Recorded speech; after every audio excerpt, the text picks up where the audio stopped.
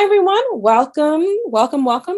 Today we are kicking off our first ever, I guess we'll call it cruise talk.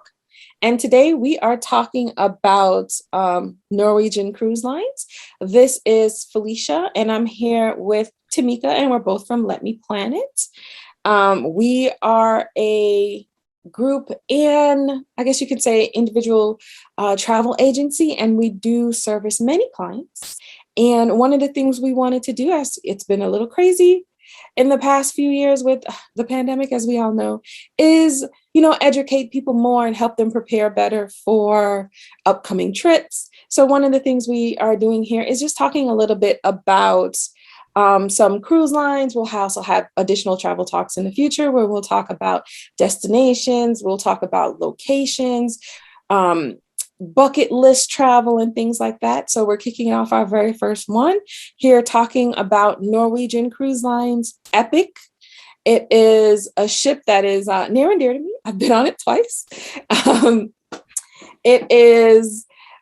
have been both times. I took it in a Mediterranean cruise, but it does also sail in the Caribbean in the off season. So today, Tamika and I are going to discuss with a little bit about our likes, our what we can live without, and some tips for you here when sailing on the Norwegian Epic. So I will kick it off and talk about what I love. For me, one of the things I loved about the Norwegian Epic, especially the second time I was on it, because I took advantage of this, room service. I ordered some room service. My food came piping hot and quick, which is what I like. I'm not sure if you had a chance to check it out, but I thoroughly enjoyed the room service. I felt like as big as the ship was, it was not a long wait. I think it was maybe 10, 15 minutes. Oh, and right. Our food was hot. We could tell it was freshly made and it was delicious. And that's a definite perk, 10, 15 minutes for room service. Yeah, it was great. It was great. I was shocked. It was also nighttime. so let me give that caveat. It was nighttime.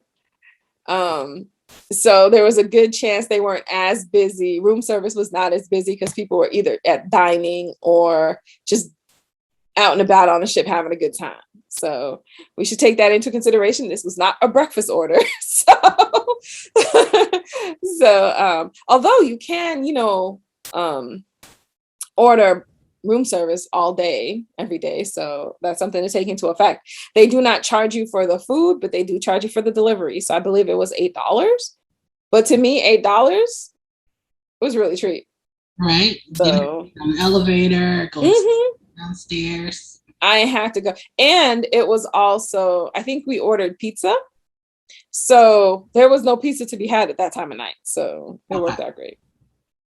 And my next favorite thing that I love, which could also go underneath the tips, is the laundry service when you're on a ship in Europe. When you're anywhere else, when you're in the Caribbean, you got to pay per item. But when you are in the European or the Mediterranean cruise, you get a whole paper bag for $20. And let me tell you, if you can fold like I can fold, I fit so much clothes into that paper bag. I fit so much clothes into that paper bag that they washed it and brought it back to me, and they could not put it in the paper bag. It came in a basket. If you were good at folding, beautiful. It was $20 when they charge $5 per item. You can't beat it. You cannot beat it. For me, like my favorite thing about it, because we went on the same Mediterranean cruise on the Epic together. Mm-hmm. Now, when we went, there was a heat wave throughout Europe during the time. Mm-hmm. So we would go and we would get off at the Rome stop, and it would be 105 degrees. You're touring and sweating. And like my favorite part is like, it's like such a it's like a small thing, but it's very memorable. And it was a great service that, Norwegian provided. You're coming from a long day of touring and sightseeing, and you pull back into port, and there is the ship staff, and they have cold towels waiting for you and cold beverages. Mm-hmm. as you make your way back onto the ship. I thought that was just like such a welcome touch. I And agree. And I did the Mediterranean cruise twice, one with you and one with my family. And both times there was a heat wave of over 100 degrees. Both times. And both times, even though they're a good 5 years apart, 4 years apart, the two times I went, they had the cold towels and they had every port. It was different, whether it was juices or ices or different things for you to, cool down with as you were heading on board the ship. It was needed. It was very much needed. I loved every second of it. And I love, another favorite thing is I love the tour options, excursion options for the Mediterranean cruise. And they had something different at different activity levels. So if you were like interested in like roaming around by yourself, there's something for that type of person. Or if you just wanted to sit on a coach bus and like see all the sights as you pass by, they had those options too. I agree. The hop on, hop off option was fantabulous. I did it at multiple different stops. I think I did it in Rome and I did it in Florence. I did the hop on, hop off bus. And for the Rome one, you're either way, you're gonna have to take a coach bus because you're not in Rome when you land. So there's an hour bus trip an hour or 2 hours to get an hour and a half to get to Rome. So either way, it's a little bit more pricey because of that, because you have to pay for the coach bus to get to the hop on, hop off bus. But it was totally worth it. We were able to get to lots of different sites. We could spend more time at each site. And because of the heat wave, the inside of the bus was air conditioned. So sometimes we just sat there. We're like, we'll come back around. And that's definitely like a tip to note, like when you are doing the cruises in other continents or in Europe, like when you pull into the port, it's not like when you pull into like a Caribbean port. There's usually like a good little drive from the port to where you actually are going. Yeah, it depends on the port because Naples you could just walk off. Right, Naples. Cannes you can just walk off. It was not the case with Florence or Rome. And also, I mean, and that's if you wanted to go to Naples. You also had other options because you could have took the bus to Pompeii. So that's one of the other things about the Mediterranean. You can literally do back to back on the same Mediterranean cruise and go to completely different ports. Yes. That's definitely something that if you have 2 weeks and you want to see a lot, that's what to do. You do the back to back because you can come one time you can do Naples, the other time Pompeii. You can do Florence or you can do X. You can do Cannes or you could do Monte Carlo or Morocco. Morocco. So there's so many different options, and it's definitely a cruise line. A Mediterranean cruise is definitely something that I would recommend to anyone. Yeah. I loved it. I loved it. And it's like you're not having to get on like another plane or transportation to get to the next city. It's like you're literally sleeping and you wake up in a different city like every day. That was just like a huge like fun part of it. Like every morning you arrived in a new city. Exactly. And another great thing was the entertainment. I thought the entertainment on the Epic was fabulous. I remember when we were watching the Dream Girls in the little nightclub. Yeah. I remember there was such good entertainment. Comedy shows were hilarious. And when I went, they had an Adele impersonator, which was fabulous. She was so good. And then, because Adele lost all that weight, she's like, well, I guess I got to get to the gym because Adele is not skinny. It was fabulous. We loved it a lot. Like there was so many, and that's also they also have a Cirque du Soleil show in there too, like a Cirque dinner show in that. But I did not go to see that one. So many food options with the restaurants and then the general restaurants. Like that was a great part too. Yeah, and one of the things I do like about Norwegian is they do have like included specialty dining as well, if you think about it, because they have the Chinese, the noodle shop, they have the noodle shop. What else? It had a few other quote unquote kind of specialty type restaurants that were included because But the they served us a specific kind food, of dining. yeah. And what else did I really love? Yeah, we just talked about the dining. So some of the specialty restaurants, being able to take advantage of, and then of course, with Norwegian, they have their free at sea program. So if you do get to take advantage, especially with a 7-night sailing, two of the specialty dining restaurants. I mean, we thoroughly loved hibachi when we had it. So, and I've heard great things about the seafood restaurant and the steakhouse. So there's so many, and there's a Mexican one as well. So there's so many different specialty dining options as well. At That the Brazilian steakhouse restaurant, what is it called? Moderno? something like that, yeah. Is there a Brazilian steakhouse restaurant? It's Mm-hmm, mm-hmm, like mm-hmm, a mm-hmm. Fogo de Chao.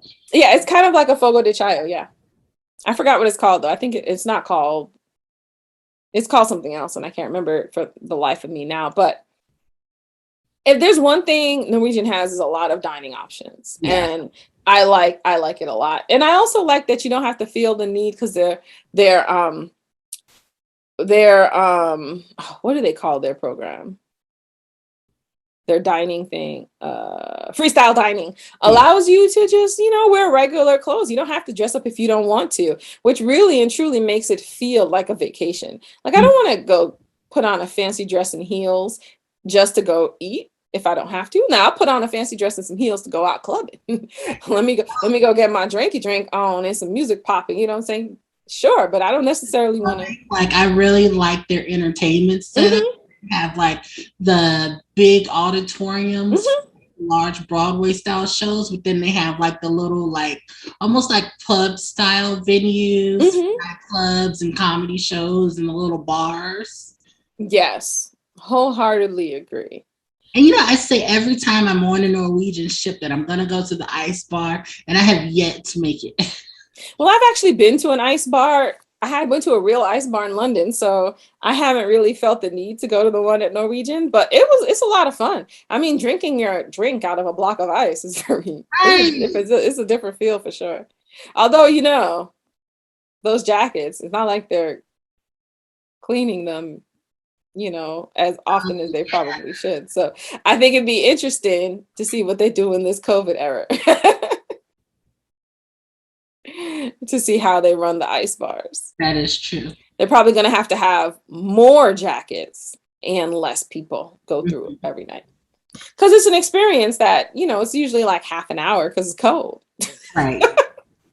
So, but I would say, is there anything else that you love before we move on to live without? Not that I can think of at the moment. Okay. Well, I can kick off live without. I think one of the things that bugged me, and I guess in the Mediterranean at least, was the buffet options weren't as good as the Caribbean and the Alaskan sailings for me. Mm-hmm. I felt like they were, and it could be just because of, who's doing the cooking. But I had the buffet options, I think, were more varied. Yeah. Than there were here. And sometimes you want to grab something to go, and main dining is not necessarily open. And because you be hungry whenever, especially coming back from these, you have either a 4-hour excursion or a 10-hour excursion. You don't know what you're gonna have. So sometimes you come back on the bus and you're hungry then. You're not gonna necessarily want to wait until dinner or something, and you go to the buffet and you're like, ain't nothing really here.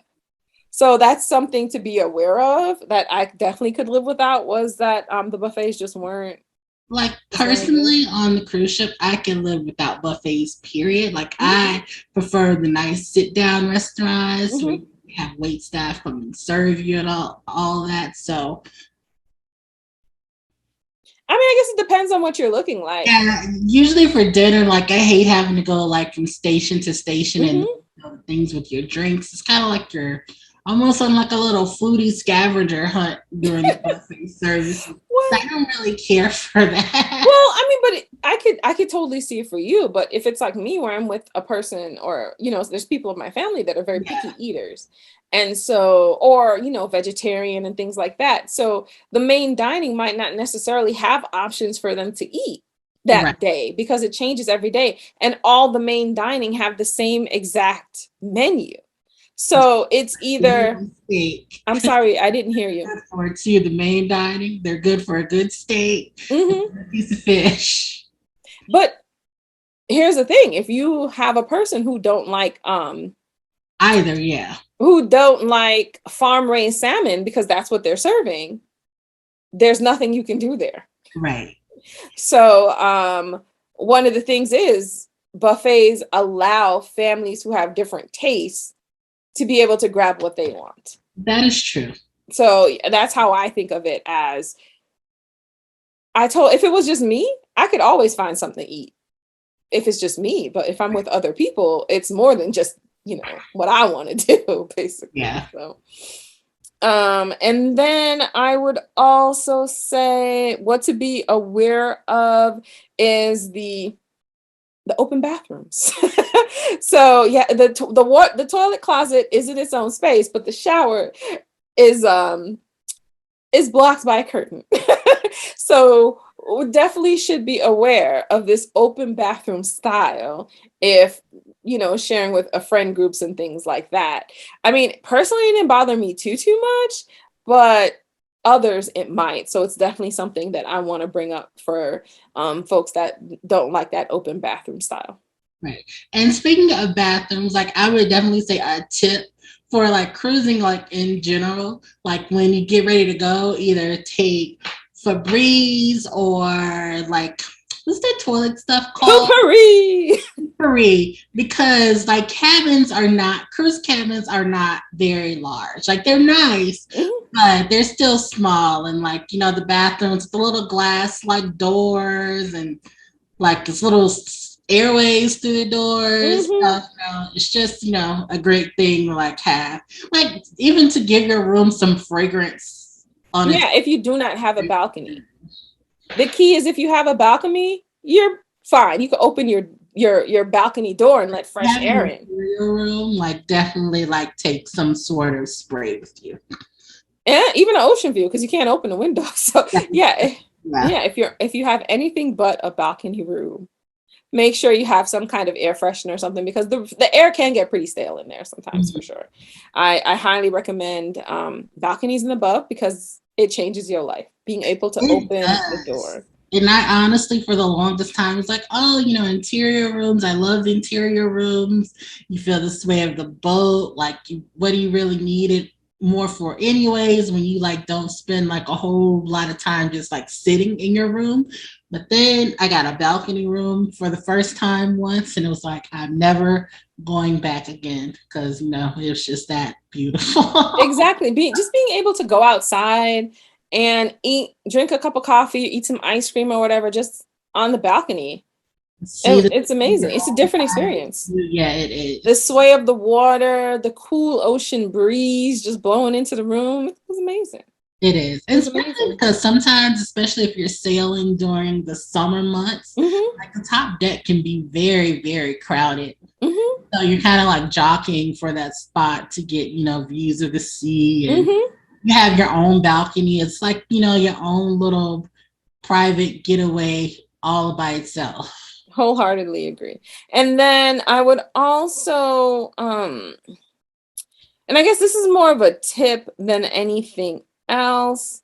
You definitely want to make sure to book your entertainment as soon as you get on that boat because everybody's going to want to be booking their entertainment. So I personally always schedule to get on the ship as early as possible so that I can book my entertainment and excursions and things like that. I mean, if I haven't booked it in advance. So the entertainment, most of it you cannot book in advance. Some of it you can. Sometimes they'll let you book like the Broadway style shows in advance, but not the little like comedy shows and things like that. You generally don't get to book those in advance. So as soon as you get on that boat, you run your tail to any of Little the kiosk.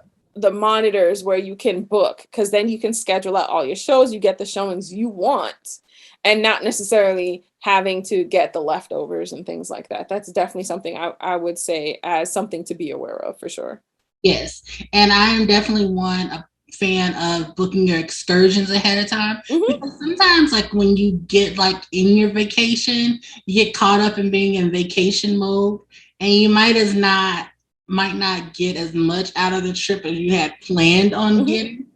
Right. And But another tip I would like pay say for is, it in advance to kind of like mhm, guarantees that you'll do it. yeah. And also along the same lines, don't think that you're stuck with that excursion, because you can go down to shore excursions and change it if for whatever reason you change your mind, or you want to do something different, or you want to go to a different location. If you're especially on a Mediterranean cruise, maybe you change your mind and you don't want to do Naples, you want to do Pompeii, or vice versa. You have that option to do. You just got to get on it right away.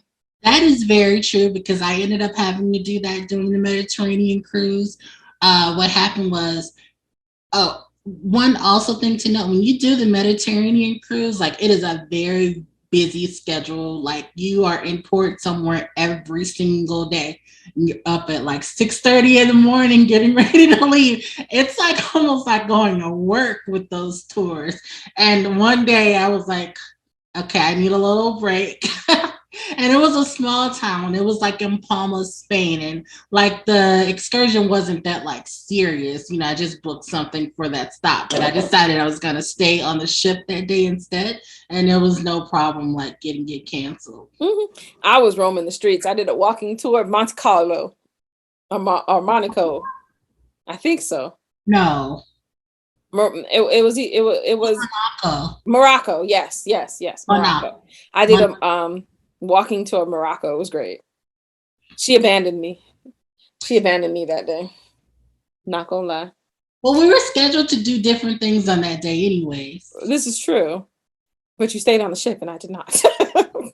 I loved every bit of it too, because the ship was almost empty. Because So I like everybody I had left. like that whole like open area by myself, and I had my Kindle. It was beautiful. You know, somebody was there to bring me drinks. It was lovely. So on the idea of tips, another tip I would say is, for drinkers, that drink package is a must, because those drinks add up quickly. Boy, do they. Them prices is real. Yes. But the drink of the day is always a good price, especially if it's a tasty drink. I did love my little cherry turnovers, or whatever they called them things. They were delicious. And whenever they were on the drink of the day for that $7, that's what I was having.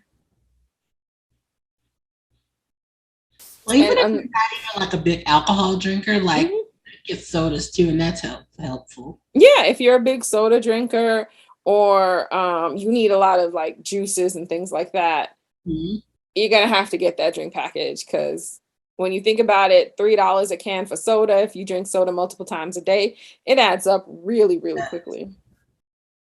And it's unlimited once you have the package, so you don't have to worry about it. As long as the item is, I think, under $15, Mhm. it's included. And I would also say, especially for the folks who like to buy wine and things like that in Europe, any liquor you bring on the ship will be held until the night before. So you will have to go make sure you make time to go pick up your purchases from the top deck the night before we get off the ship. Otherwise, you can say bye bye to your liquor. Because they're not going to come hunt you down to give you your stuff. Oh, another thing that I liked about the ship.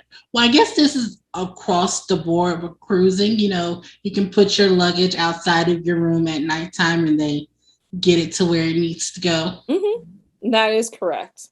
That is correct. You can just pick it up at the port in the And morning, so which is you're always not a good thing. having to mess around with all your bags and stuff as you try to get off the ship. Unless, unless you're like me and we trying to get off and go straight to the airport, Yeah. then then I would definitely recommend not putting your luggage out if you are trying to get off the ship as soon as you can disembark. The self disembark, they always have a self disembark before the colored disembarked by where you are on the boat. So if that's something you prefer to do, definitely get off with that self disembark. I'm not gonna lie, I've gotten to the airport after that self disembark and they put me on an earlier flight. They're like, well, we got space, and I'm all right, put me on that flight. I'm good. Because I was like, either I sit there for 3 hours or they put me on this flight leaving in an hour, I'll take it. I'm not gonna tell you no. And sometimes that's what they'll do because they want to fill up the earlier flight and then move other people in, you know? Right. Any other tips you have, Tamika? No, that is it for this one. All right. Well, thank you for joining us on our chat about the Norwegian epic. Have you been on this ship? What are your likes? What are your dislikes? What kind of tips do you have for newcomers as they try to board on the Norwegian epic? Also, when you were on the Epic, where did you go? Yeah. Yeah, because they do Caribbean sailing. So we're definitely interested in hearing more about what it's like sailing the Caribbean on the Epic. As you know, I've only done it twice to the Mediterranean.